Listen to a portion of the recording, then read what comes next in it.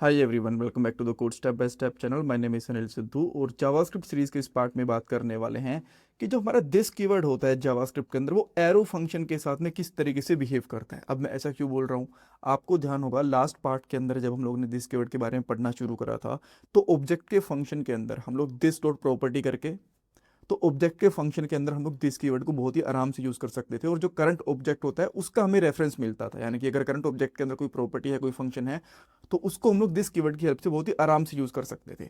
But अगर आप लोग एरो फंक्शन का यूज करते हो ना, तो इसका बिहेवियर थोड़ा अलग रहेगा। बेसिकली जो एरो फंक्शंस होते हैं, इनका अपना दिस होता ही नहीं है।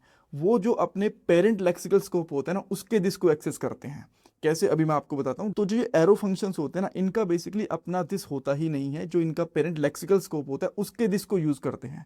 अभी हो सकता है आपको समझ में ना आए, डोंट वरी, अभी मैं आपको प्रोग्राम करके दिखाता हूँ, तब आपको चीज़ें बहुत ही आराम से समझ में आएंगी। तो बेसिकली मैं क्या करता हूँ, एक कॉन्स्टेंट ले लेता हूँ जिसका नाम यहाँ पे रखता हूँ, लेट से यूजर डेटा, या फिर कुछ और भी नाम से हम लोग रख सकते हैं। देन मैं यहाँ पे लेता हूँ लेट से यूजर नेम, और यहाँ पे इसका नाम कर देता हूँ अनिल सिद्धू, जो कि मेरा नाम है। और मैं यहाँ पे क्या करता हूँ, गेट नेम, इस तरीके से एक हम लोग नॉर्मल सा फंक्शन बना लेंगे। नॉर्मल फंक्शन बना के दिखा रहा हूँ पहले मैं आपको, एरो फंक्शन नहीं। कंसोल डॉट लॉग, और यहाँ पे कर दूंगा दिस डॉट यूजर नेम, ये चीज़ मैंने कर दी। और यहाँ पे हम लोग इसको कॉल कर सकते हैं basically user data dot gate name करके, राइट। अब मैं यहाँ पे एक्सप्लोर पे जाके इस फंक्शन को रन करता हूँ, और देन मैं इसको हटा देता हूँ बेसिकली। अब मैं यहाँ पे कंसोल चेक करूंगा, तो अब आप देखोगे अनिल सिद्धू आराम से मिल गया। ये हमारा एक सिंपल सिनेरियो था। बट अगर मैं इसकी जगह पे यहाँ पे एक एरो फंक्शन लगा देता हूँ, अब देखा जाए तो वो नॉर्मल फंक्शन के जैसे काम करना चाहिए। अब मैं यहाँ पे क्या करता हूँ, इस तरीके से एक एरो फंक्शन बना दूंगा, राइट। और एक बार के लिए बस मैं डायरेक्टली यहाँ पे दिखाना चाहता हूँ कि अगर हम लोग नॉर्मल चीज़ों को यहाँ पे कंसोल करवाते हैं, तो वो प्रॉपरली काम करेंगे। मैं अनिल सिद्धू को यहाँ पे आके कंसोल करवाता हूँ, देखो ये आराम से काम कर रहा है, इसमें कोई दिक्कत नहीं है। बट अगर मैं यहाँ पे लिख देता हूँ दिस डॉट यूजर नेम, ये वाला, राइट, तो अब मैं इसको आके रिफ्रेश करूंगा तो मुझे अनडिफाइंड मिल रहा है।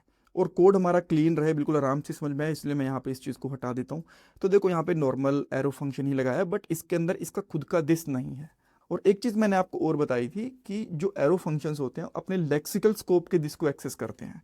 अब मैं यहाँ पे देखो, ये तो हमारा एक ऑब्जेक्ट है, इसके बाहर मैं क्या करता हूँ, यहाँ पे कर देता हूँ यूजर नेम, और इसका नाम यहाँ पे कर देता हूँ मैं सिद्धू, ओनली सिद्धू कर रहा हूँ, ठीक है। अब मैं यहाँ पे आके इसको रिफ्रेश करता हूँ, देखो यहाँ पे सिद्धू आ गया।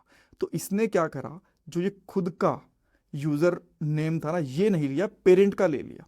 अब इसका रीजन मैंने आपको बताया कि जब हम लोग एरो फंक्शन यूज करते हैं, इसका खुद का दिस नहीं होता, तो ये समझा ही नहीं कि मेरे पास यहाँ पे कोई यूजर नेम नाम से चीज भी है। जो इसका पेरेंट लेक्सिकल स्कोप होता है, वो इसको मिला यहाँ पे यूजर नेम, और ये चीज इसने प्रिंट कर दी बेसिकली, ठीक है। अब एक क्वेश्चन आता है कि बट ये तो कुछ बग लग रहा है कि ऐसा नहीं होना चाहिए बेसिकली, ठीक है। बिकॉज जो हमारे नॉर्मल फंक्शन होते हैं वो तो आराम से चीज़ों को एक्सेस करते हैं दिस को, और टेक्निकली इसको भी इसी को दिस बनाना चाहिए था, ठीक है। ये यूजर नेम वाला इसी को एक्सेस करना चाहिए था, ये पेरेंट वाले को क्यों कर रहा है। अब रीजन तो मैंने आपको बता दिया कि जो, अच्छा अगर मैं यहाँ पे ना नॉर्मल दिस को प्रिंट करता हूँ, तो अभी आप देखो जो विंडो ऑब्जेक्ट होता है ना हमारा, वो यहाँ पे आता है। तो जो हमारा ग्लोबल दिस है वो इसने एक्सेस कर लिया, बिकॉज यहाँ पे जो इसका लेक्सिकल स्कोप है ग्लोबल के ऊपर ही जा रहा था बेसिकली, ठीक है। बट ऐसा क्यों करा, इसका एक रीजन था। जब आप लोग कोई ऐसी चीज यूज करते हो जो असिंक्रोनस तरीके से काम करती है, या फिर किसी चीज का जो रिजल्ट होता है वो लेट आता है, जैसे सेट टाइम आउट वगैरह, उसके अंदर ये चीजें परफेक्टली काम करती हैं। अब मैं आपको एक एग्जांपल दिखाता हूँ। इसको एक बार के लिए मैं कमेंट आउट कर दे रहा हूँ, और मैं यहाँ पे करता हूँ एक फंक्शन का नाम लेता हूँ प्रिंट, ठीक है। कुछ और नाम लेना चाहो तो वो भी ले सकते हो। और मैं यहाँ पे एक नॉर्मल फंक्शन यूज कर रहा हूँ पहले, और देन मैं इसके अंदर क्या करूँगा, सेट टाइम आउट यूज कर देता हूँ। और सेट टाइम आउट के अंदर भी मैं यहाँ पे एक नॉर्मल फंक्शन ले लूँगा, ठीक है। तो मैंने एक फंक्शन लिया नॉर्मल, और देन मैं इसमें क्या करता हूँ, एक कंसोल डॉट लॉग करवा दूंगा, और इसके अंदर मैं सिंपली यहाँ पे लिख दूंगा हेलो। मैंने यहाँ पे बस सिंपल हेलो लिख दिया, और यहाँ पे यूज़र डेटा डॉट प्रिंट, ये तो हमारे फंक्शन का नाम है, ये कर देते हैं। अब मैं इसको रिफ्रेश करूंगा तो इसने बोला set time out is not defined, कुछ गलती कर दी क्या मैंने यहाँ पे। अच्छा, यहाँ पे ये चीज़ नहीं बोली, तो मैं इसका 1 सेकंड लगा देता हूँ यहाँ पे, ठीक है। सॉरी, ये इसके बारे में दिखा रहा था। देन अब देखो, यहाँ पे हेलो 1 सेकंड बाद में आ गया। अब आपको लग रहा है थोड़ा डिले आ रहा होगा, तो मैं इसको 0 ही कर देता हूँ एक बार के, ताकि डिले भी आपको पता ना चले। देखो यहाँ पे हेलो आ गया।